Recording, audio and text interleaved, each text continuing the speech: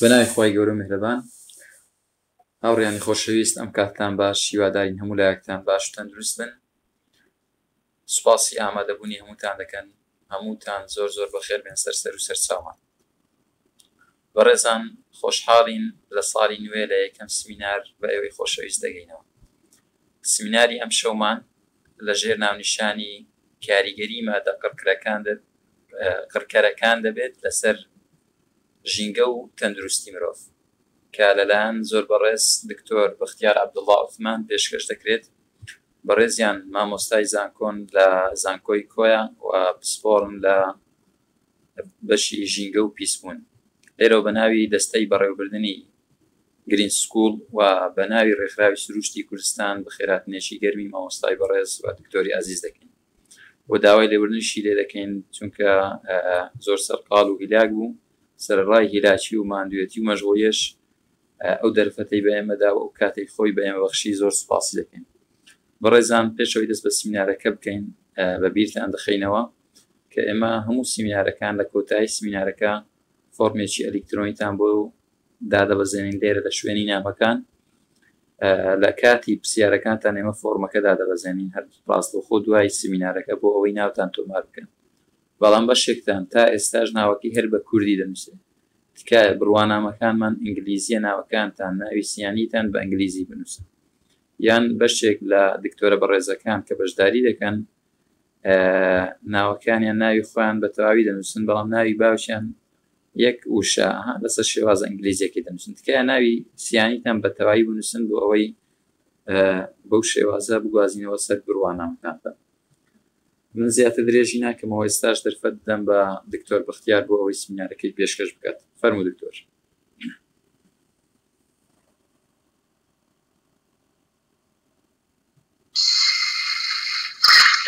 باش، سپاسان دەکەم بە ڕێکخراوی بۆ بتوانم بەشێک لەو زانیاریەکە هەڵە پێشکەش بۆ بەڕێزانە بکەم کەواتان نزگای وەرگرتن زانیاریە. ئێستا باسی دەکەم کورتەیەکە دەربارەی کاریگەریەکانی پێستیسایت لە قڕکەرەکان بەڕێوەبردننی پێوەبردننیات لەسەر تەندروستی مرۆڤ تاوەکو ئێستا بەڕاستی بە شێوەیەکی زۆر کەم ئیشی لەسەرکرا دەتوانم لە مەزەکە نەکرا لەوانەیە دیتێشنی پێستیسایدکرا بێت لە خاک لە ئاو لە خولەوەک، بەڵام بەڕاستەوخۆ لەسەر مرۆڤ ئیشی لەسەر نەکرا لە ناوچەی ماوەی خەریکی بوو. شتێکی وانە دەزەوە کە بتوانم بەکار بهێنم لە هەولێر بە تایبەتی خۆ لە کوردستان و گشتی کرابێتم. ئەو سیمینارەش کە دەمەوە داوەردنەکەم بۆ ئەوەی ڕێکەوە بزی نتوانم بخێنم لەبەر سەرقاڵی نتوانم بیکەم کوردی، بەڵام هەردوو ئینگلیزیەکەی عەرزی دەکەم بە کوردەکەی شەرحی دەکەمەوە. من تەنها سیمینارەکان بە ئینگلیزیە، ئەمە باش پێم خۆشە بەرەوەی بچینە ناو بابەتەکە بە ڤیدیۆیەک من ئاشناوەتان کەم بە ڕێکەڵەکان بەکارهێنانی قڕکەرانە پێستیسایدەکان و مەرجاتی پێستیسایدش باشترشت چییە ئەگەر بمانە بەکار بهێنین. کاکارزانم پێم خۆشە ڕێگەکەم بکەوە تاوەکو بزانم ئەگەر پرسیارێکم هەبوو ئێستا لەسەر شاشەکە دیارە ئەو ڤیدیۆ دەمێت پیشتاندا. بەڵێ بەڵێ دکتۆر فەرموو.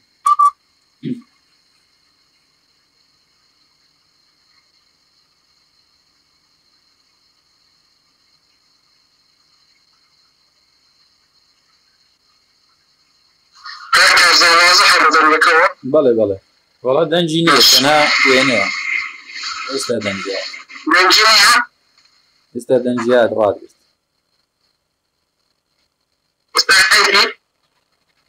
ئێستا دەنجی نییە، نەخێر.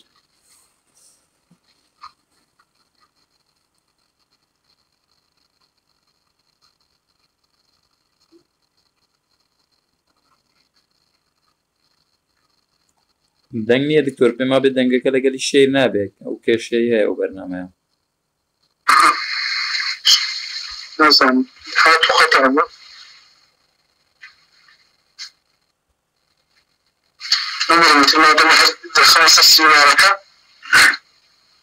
لەسەر سیمینارەکە بێرەوە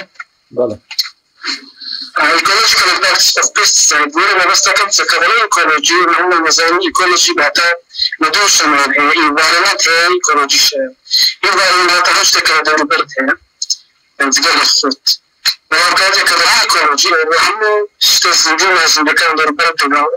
وهم ذكرتوا كوكاي هم بكات الزيدين لازم ذلك للسلسلة كيا وكارجية للسلسلة أنا بقول لك كذا ويتي كارجية كاركان للسل تنسيق الزوجين جميع استمرار بإيكولوجيكال إمباكتس ياخد وكارجية كان كيستسال كان للسل جنرال للسل من جهران أو ده مستكين درنا كنت نوعي بالشكل كان إيكولوجي مكانية بدأ بدنا تباصم ناسم سرطان ماستر بدو هزاري هجد زمان كل تعب كل مسافة كان جميل بيزبط على سكان جسيم ودكتور كشف صنطة كان اختصاصي دقيقة كان من مسافة جنوب بيزبط بلان بدوات الكلامي كفسيولوجي بدوي من حساب كون مكشنا ياخد بينديك بسكلمان بيزبط جنوب لقال تندرستين وروف مثل اختصاص كلامها لكن بلان عليك احتاج لما نزور وازحاز لكن جنوب بيزبط كان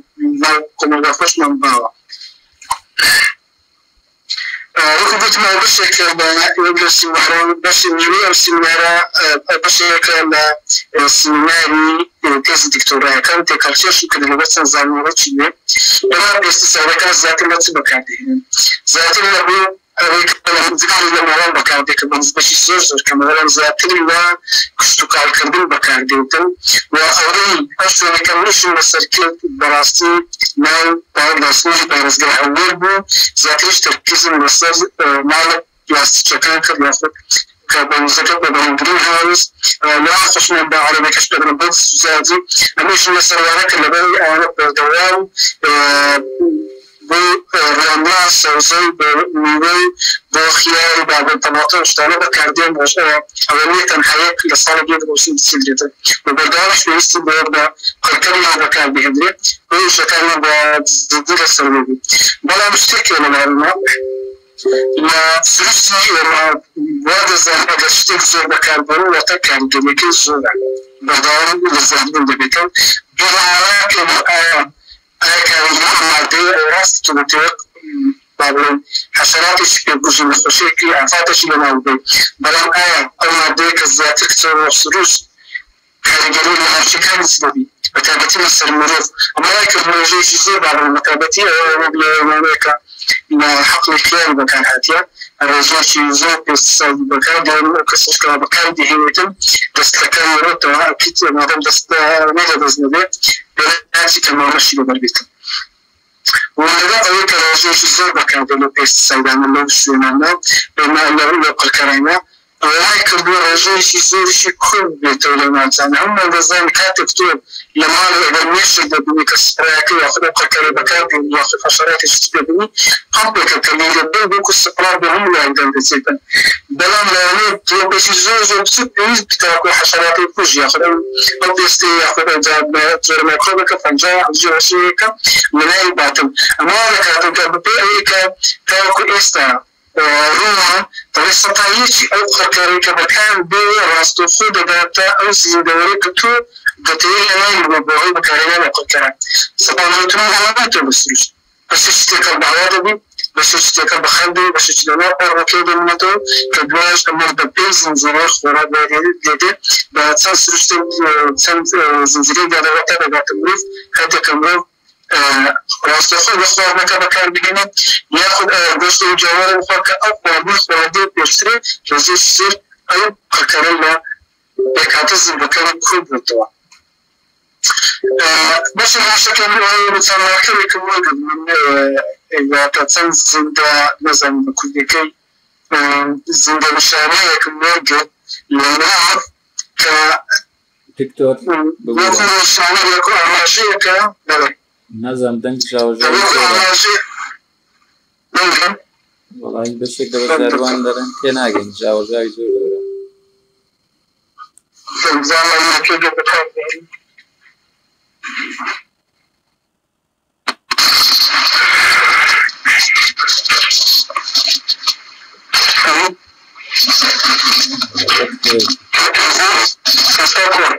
اختلاف تربو بما والله جاوا كان أنا نظام كيش هالسيان هذا أنا ما زوج تعرف شسكا خطك شو خطي ارتكل هذا كيش لا خطيني كيش توازن بماكي كم تركه لكن لازم تعرف استعمال مش السيئة ربنا لجامعة الشيش النبوة السيئة ما يشبه لأن شكات ربنا كبرت من النازم ما يجب خليك لكم تنمون والله نازم كيش هني بردوام والله قد صار سر هبي صار سر كي قلنا بردوام نازم براستو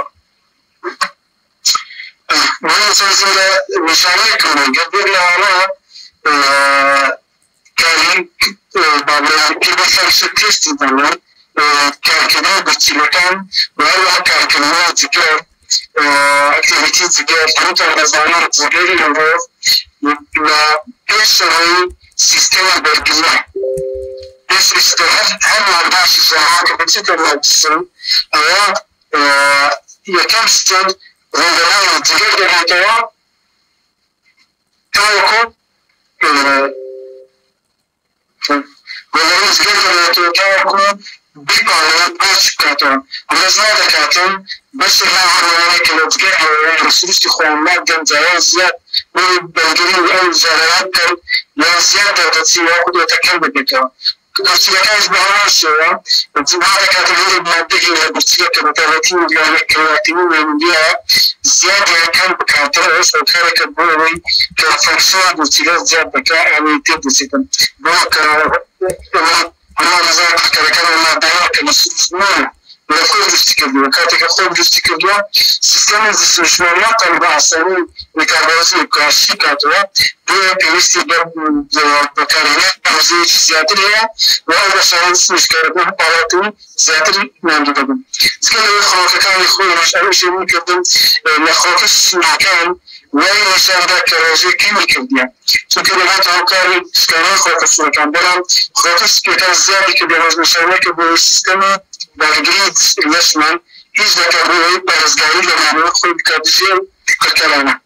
بس اشتغل على السماء كبلد ذكرى القرار السريس كان كان دكاتك المشكلة العزب ياخد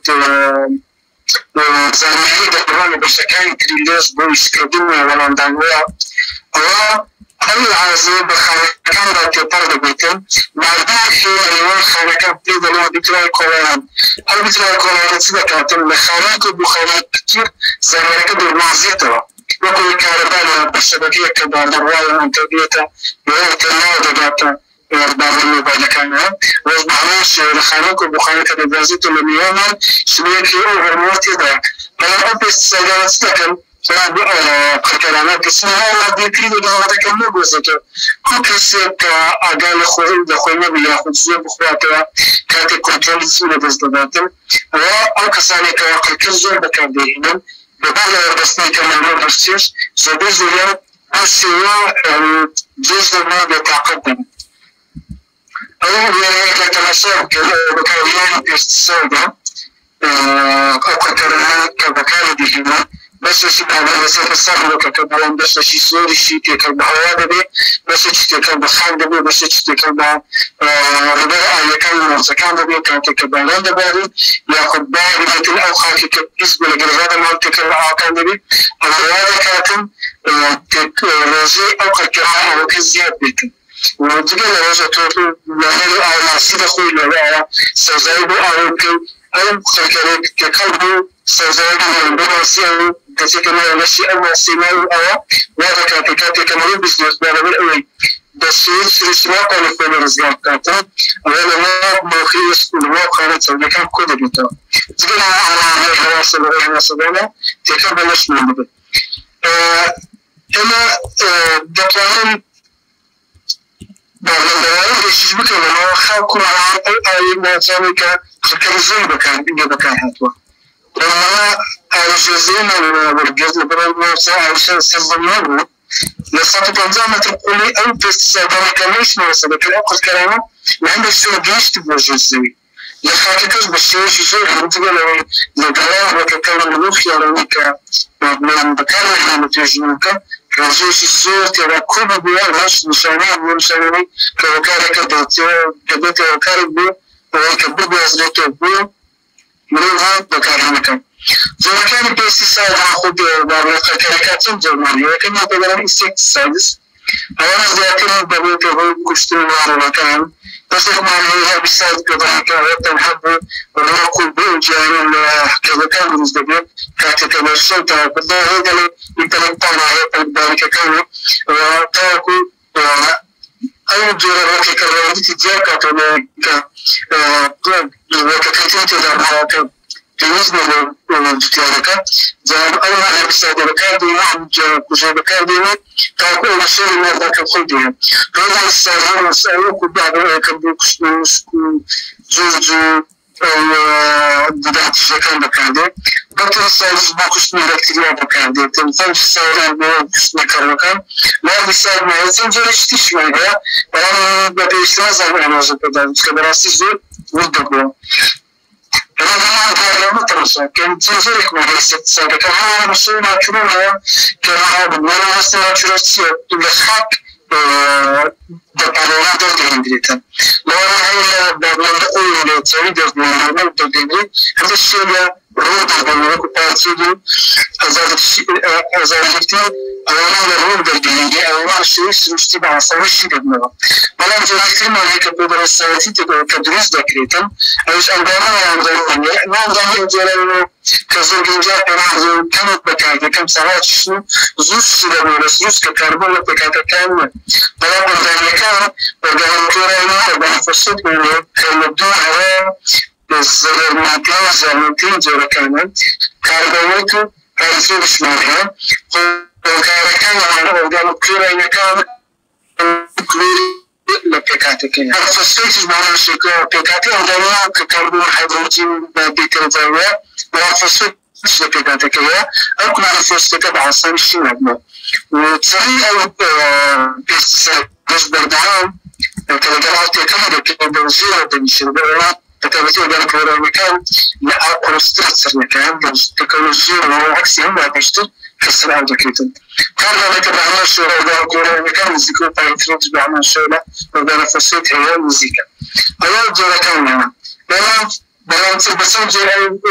كلام بسيط ما مش موجود كاتكاتو مشهور درسوني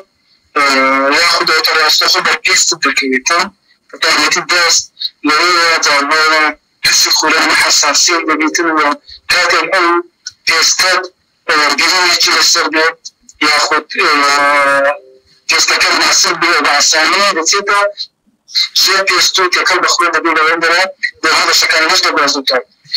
بس وين هذا الشيء مطرح الصدام اللي عمود ولا خطر كلش كنا أسبوع كان جريمة سكر دام السكان ده وهذا كان تشتغل نفسي وكان يركزون بحرام بدل بكيتو دوباره رئیسی که صوت کبا و ممکن خود نوشته با گفتگو تجربه اشکال تیلوس بازدید و آن تسوی تاب شروعی عن خواردن اینجوری که تکشتی بخواد خواردن حتی رئیسی که کپیست بخواد بودو بعد کارکرا جزبه بیاخد بود تبصر لنبته نهایه داشته بخواد داشته عشان كمان دستوس جاء خواردن جاء بسیار سندرا بس نرجع بعد فکر کنم نکوب تو دست کمان داشته عشان كمان تو داشته عشان كده خوی آیا کمان دستی توش کنم تو روزانه بعد هفته‌ات سنچینیش داشته جس زایده خوی آیا من که سیستم نهایی خورشیش تو کاری درستی پیدا وتشتغل بروح خوي لكوتايز نزل كشتغل بروح بعد حالتي على الدراسة أنا بروح تشتغل عند الدراسة دي أنا زاتي بروح خود اللي خوي هو جوال كان بفرق أنا كان كوتايزا بس الشيء ما تسمع ولا كل بتاع زراعة زي كان دەست پێ دەکات is more important زیاتر وانەیەکی کردی زۆرێکە زیاترین ئەوەی کە بە پێست یاخود بە هەڵەشین یاخود ئەوەتە بە هەناسەدە چکە ئەوانەی کە بە هەناسەدە ئەوانەی کە ئەو جوتیارانە کە کشتکۆڵ دەکەن کاتێک کە خێنەوە هەڵ بەکارمێنن كمان بكر من بقى كمان برشينم أولا سوخو دوار تعلم شكل زمان بيشكل تعلم كده هز بجوج مسويشن وشان بتاقتي أشتغل بكاتم زمان ده حالتك هذا الزوج في المكان باتمديش ما هو تليش إنجاشن مسيم زون كبراس مانك ولا خواردم بلان زورا كانت بكاتي بحراسة زي خطرتنا دكتور بورا والله اگر کمک کامپیوترەکەت بجوولێنیان سەماعی کۆمپیوتەرەکەت کەمێک نزم بکەی بەڵکو چاوێتن چکە بەشێکی زۆر لە گروپەکە دەڵێن هیچ تێ ناگەین لای من کەمێک شاشەکە وێنەش دیارە وڵات تەنها کۆمپیوتەرەکەت کەمێک جوولە پێ بکەی یاخود سەماعی کۆمپیوتەرەکەت کەمێک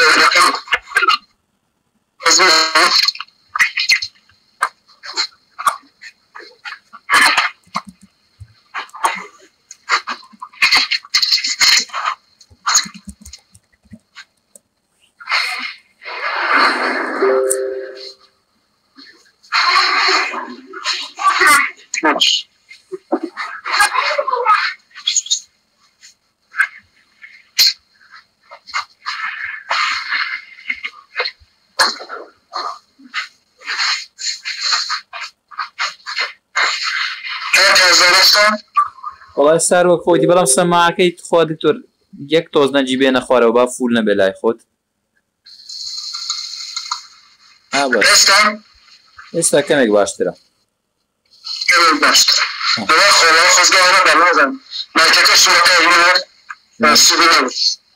بەڵام بە کێش تۆماری دەکەین لای من کەمێک باشترە ژاوەژاوەکەی بۆ شێوە نییە یانی دەتوانین لە سیمینارەکە تێبگەی بۆیە بەشداروانی بەڕێز دواتر ئەم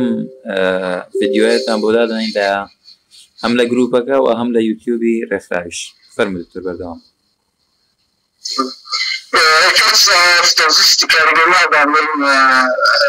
جۆرەکان بە دوو جۆرەکەمان بڵێن تەوزیستێکە ڕاستەوخۆ دوای دەرکەوتنی کاریگەری لەسەر دروست دەکات وەکو بەتاخۆران حەساسە دروستکردن لە پێست یاخود لە کاتێکە نەجیر لەرە خواردە دەچێتە ناو گەبەت ئەوە زۆر جارێ دەبێت ئەوەی بابلێن دروستکردنی قۆڕەهای برین لە گەبەت یاخود لە کۆندانی هەناسە بە هەمان شێوە دەبێت ئەوە ڕەشان بنێ کە ئەو بەشانەی کۆندانی هەناسە کە ڕاستەوخۆ بەریکردنیان هەیە لەگەڵ حەواڵەکات هەناسەدا سیستەماتی تۆزیستی ئەوەیە کە پاش ئەوەی کە تۆ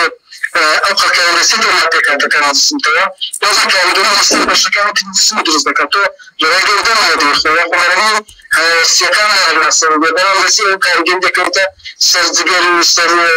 بابلە گورچیلەن جگە لەوەش ئەوەی کە تازە باسم کرد بڵێکی ئەو خانانە دەکاتم ئەو ئەزیمەتەکە کە دەبێت ئەو بیاسنەوەی بزانیانە لە بۆشکۆ بۆ بەشەکان تریبش لە ڕێوەی بابلێن بە خانە دەمارەکانەوە کە بەرەوە کۆڵانی ستەویس ئەو جۆرە سیستەماتی تۆزیستی ئەمە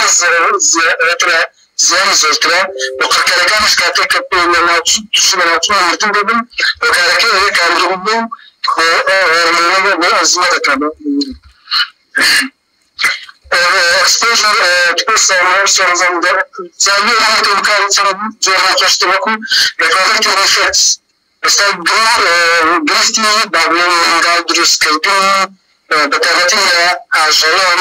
دەتوانێت بڵێن بەکارهێنانی ئەو قەرکەرانە وابکە ئەو ئاژەڵانە توانێت حسب بێتەوە یاخود بەچەکانی بە شێوەیەک بێکارە توانێت بژیتن بەتابەتی ئەو ماددانەی مجالاتەوە بیکوژی وەکو مشکە بابلێن جوردە یاخود حەشەراتی ترە ئەوە دەکاتەوە تەوەی نەوە بسیتن بەڵام ئێستا لەهەیە توێژوە دەچووە کاریگەری هەسەمانە بیش دروستکردە وا دەکاتەوە یاخود باوکەکان ناتوانێت بابلێن مادان دروستکە یاخود تركي بحزب ياخذ وتبعك كاتك المدار بالنهار على كتشيل بعد صوب ياخذ تصرف نفس من على كهبيتم من على مكان حزبي تتراجع ترجمة بفكرك أو من كذبان الموافق وتسامي كذبان مخصوصي شاكي بعد بيتم درجة فهمت أنا بطريقة الشماكن كاسوجو بفكرك ولا ك أنا جانوري كربرودة بيت أقركر ياخذ جسيته بكاتي جانوري كأقركر أنا كتوشي مخوشي كان وكاسر وقت شيء تنزل بيتم الكونجين إفكتك جوا فاضل إفكت سازنا شيء جرك الله شيء تنزل كلا نفسه على درس بيتم كراجيش زوري بيكون بتوع متاجين إفكت أنا كتنزلنا أنجيل كلام فكرة كسر أساسك شيء دلالة مناركاني وتكاني هل درستي وخوشي درس دبيتم درستي دعوة ما يقدر بيتم أزتاي شكورا جنا بيتم ما بيستيتم لا كشتان وستشتانا أنا كاتب دعوة كل سنة كبردان أزت بازت وزت وزت أنا بكرك دعمشة بشر لوك كلامك توشي درس دكان ما تزيد كبار أنا كتوشي زحمة ده توشي بيتينه ده ياخد تبردان حسب درجة السن سرسوران دكانتم إنه سبروجن أجوا دكانزانية سيستم برجل الشد نواز بحزبي نطلع ربنا أنا خشاني بكبردان متسيل سجان درس دكان أنا سامع أنا أكتر بس كمان بس أنا بكار ولا أنا كتير سبزان مش بزنسان تردد متشجر أول ما أستعمل خيار بكار ما كتستمكن لأنه بلان نتيجة كان يازحنا بدمات بكار هنا بلان خيار خون أو كده بكار هنا تستكمل كنشاط مهندس بابا ما كتير بسرعة هيك هذا نفسه بلان بس تشخبه راجع شيء بس هذا ما كذا كان كل كذا ما كمان بعدين الخيار كذا شيء أدمتين الخيار كذا خاطر كشبو أول ثاني ثاني هم الخيار كذا خاطر كذا كشبو تجرب كتير بعدين شو نحرم ديترا كذا بس تنزل قارنة كذا بس تنزل أوروبا من بعد تمشى كذا هم رجعان زيادة عليك الرجع تدرى أنا شو أنا مكاننا كبيرة عبر البلاد مخصوص شيء أنا كمان كانت تدخل معنا ويك قلب مرغوبة أو قلب جسيم ولا مستخب بعير يخلى راسك نفسا من خلال جزائك قلب مخصوص زورا بلا مداري نزل مكان مخصوص كاتيا وأنا أنا أفكر أنا أتوقع أفكر أنا إذا كمان خلالك دبلوك تصور خاننا كيف بعد الحزن السعودية لا تخلص كان جتين الزور من بيت سكان زبرين لبستشوا خالتين بكتوا نسر زجرا نلا تسمع شو لك تسوي بيبي أو كلام ما يقدمه لما نشوف شو رافي مقارنة تنشأ مقارنة بين أو كون خاكك بعدين روح كيف فكذا زور هم كلنا ما دام لا ينبع أي كائن بعدين أنا كان بفهم بس كان أنا زين قلت كان بس زمان مشكلة بشكل كريمش ناخذ تكاتك بس كدار بدي بس بدلون ذكي بس تشتكي لكن بخير جست خدنا بدي وكاركتي هذا كان يدور مسيته كزيان كتاب بس قال خطي أنا توصلت السؤال وكأنك أخذ كذا الشيء أنا تيجي كنترول عليك دون على كسر شيء أسمع البستوان أما بيك دلوقتي بوصلنا هذا مشاكل السبريرك كانت تقول كذا كنترولك وتأويل كان بعد الدوام تشجع الحسد مشقط وشامل يتدين خوشيان بدنا هذا كمستماشا بدأنا الدوام بيهزم أيوة أكاد تستطيع أيوة هرمونات كذا سجاهي هذا زمان لسجاهي أنا شاكر أنا كان صندوق بقرارات كذا رجال زيادة على بعضهم لا كنترول كرجال أزم زوجتهم فكأنا زمان سيدا بيتم بيك الجماعة بس بعضهم تجيني السن مرافق جامعة كم بلام كاتي كنسبة زيادة دبيتن زجاج موجودة كان بعد كات زجاج توشي مخشي تربيتن هكا أسباب الترانسفيرنس بعماشة كان الترانسفيرنس معه أو سنة دون بوش بعماشة كاتي كرجع كان زيادة كذا تعمل كسي كأب كقريبا كذا مخشي أحب يعني كاتي تشزير زيك توشي مخشي كان تقربي من أنا كيش تمسك الزربة زر جنس من دراسني وزربة زرشان يتمنى زبا كبستي صالحون هاي البحث ما بعد ما يشيل كلام دوس عبد بتوقع أن بتوقع كاتي شكان كان كهذا معقول ده زربة زر اللي سبعشتان بتوع بلان توشي مخشي كان تقربي ليش هذا زمن بلان هذا كاتي مشهورة مشكلة الاستيعاب تابعة فالشابية تبغى تياتي ولا بعد الدكتور ولا بعد إطلاق الديا كاتك الفحص خير مشتكى من بكرة إذا بدك بدك ليش تشتريها لازم يشتري بيها ولا مش تشتريها سطح اشتري كمان مرة بس كاتك ما ده الشيء زي الشيء هو يوم بيجي زادك لكن تمشي لك خيار جمال كده إذا كان خوان ده سريع ده الخوان ذلك طبعا بيجمعش شباب بعضهم استعداد وكذلك ولا بالمخرج السلوكان بحيران ما زال خلق السلوكان كما كسرت بيزروجا لسه بيزروج ده بتوزع اشتر اصلا كده تتونا ولا شو تبغى اشتر لو بدرس كده خلق السلوكان فلما واحد خراتي خلق السلوك بالشيطان اذا كان خراتيش كده بعرفت أن تطبق زبون الاسم الزيادة كاتب. يلا كاتب معلش أنا تمشاك الرجال زيادة كبيرات كرسي أو كسر زور هناك زور موضوع وبكارك بقول ما نبعت تشي نخش كان كرسي لون أنا بس تمشاك بس بريك كانترا برامج بكونترا أنا بس يقول اسمي مريض آخره خمس زكاة ما حد يخرج بعد كانتينا كذبوا أنا ما بس لكن بالتماشاكين لحدي أكل من تكخل مع زاد كذبوا أنا شو مشاركة ده أنا شيء أمر وأنا بقول زرعون بالكركرات مخشيت ده بس ده بس كمان ستين بالمخ كذا أنا أسمع في هذا كذا بقول آخر كلام كذا تبشير سرشتين تكال بسوي متابعة مرة لسه مدرسة بعصا من دليلته صار بدراسة رجعك زيادة كلام مش أنا بعد الآخر كلام أنا دائما كمان إيش مسألة دبو أرسل مسألة كلام غير ما تأسيس باسم كان جاني كان زي ما كان ممكن مرجع كم كتوه زيادة كده وزيادة كان السروش تمربكا قرآن كريم بس زيادة منها زادان كملون بعدين المكان زي مكان جزبي رش بيزن مقدر ناتي رش بعمل شيء بعدين تيجي يعني رش راح تيجي بعدين بارامتركاني لا أنا دايم بعدين إلكتريكال كوميونيتي تتكلم كمان تتعامل استاكو أنا كم تمام لا أبدا س بعد كذا بين كانوا على كسكن بسازم كبير على تأخذ كده وديار كان كان بشيء نيجاتيف بس أنا دايما هذا نزاك الوستاشتكي بالوتر كواليتي إندكس الوتر كواليتي إندكس زرت أي شيء كمان إيش نصير كده برا كده بارامترانين كلا شو نكهة برا كده بيك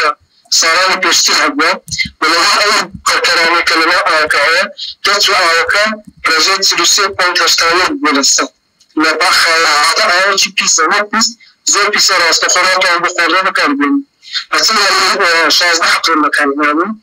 وربستوي ليش هذا الدوام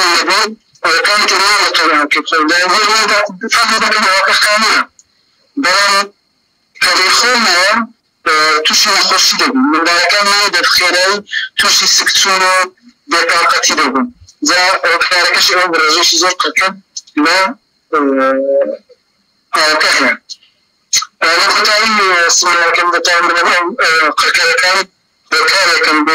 بزربون خوشي ده ولاتا وكيشي يشتري زوبي قركرة من بازار هنا خوان لاتان بتوقيت كلور مبيكات كده وقالوا كلور كان يزوبي لاتان هنا ملان لاتي هنا بعثاني بتروش لبنان نخي الزمن بقولون زاوية بقطار من البيتن كبقطار بزنبك مصر ولاتان ترجع من أبكار معي بعزات الأخيرة بعزات كان كنت نحسر بيتن نزل كذا ببيع بيرام ترى كمان داسك هلا غرمي زي مكان من هذا الشمال هلا خاكل عايشة كان جريش زور زمان دي دروس كذا وأي كذا من الشمال أنا جيت قدام كبراستي اللي خالد زغلي كان مشكل بيه أنكسرني كيا جتارني كيا حد دستان برشامي أي باختانا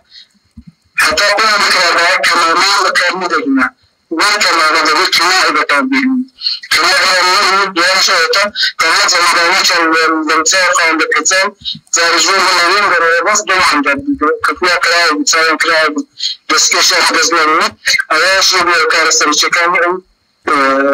چشتانه تلویزیون دیدم. آدم ترى مش كسر پشتانه سرشاشه کوپیش و کارسو کاربنیتو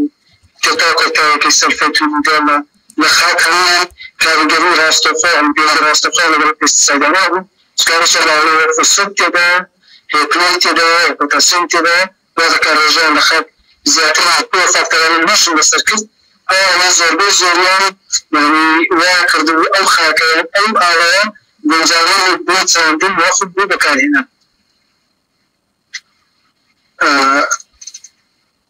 أنا دايما كان داوش معي وتقريبا شك أو كان السينما كمان كنت عيد بدي هنا ظهر كسيش بالسياري هو من بخزمات دعمت ويغارب كان السينما كان دعمت بيه زۆر سپاس دکتۆر بۆ پێشکەشتنی سمینارە داوای لەورینش لەو بەڕێزانە دەکەین دەنگەکە خراپبووە بەشێکی زۆر لەیەوەیان دەکەوە دەنگەکە خراپ بێەوە بەشێکی زۆریش داوای دووبارەکردنەوەی سمینارەکە دەکەن بەڵام نازانم کاتت دەبێ یان نا دکتۆر بۆ دووبارەکردنەوەی سمینارەکە لە کاتێک شتێکمان زۆر سوور یان دوی کرد نتائج امتحاننا بالمستند درستنيش بمطبق الكردي كنت مسألة زبير زوري بالسيارات يعني دكان الكردي بيست كاتم أنا بلادنا مدرب برستي أنا بلا كاتكلم دست شامبو يعني بدي أمسك بيست نزال برا بيست سايد من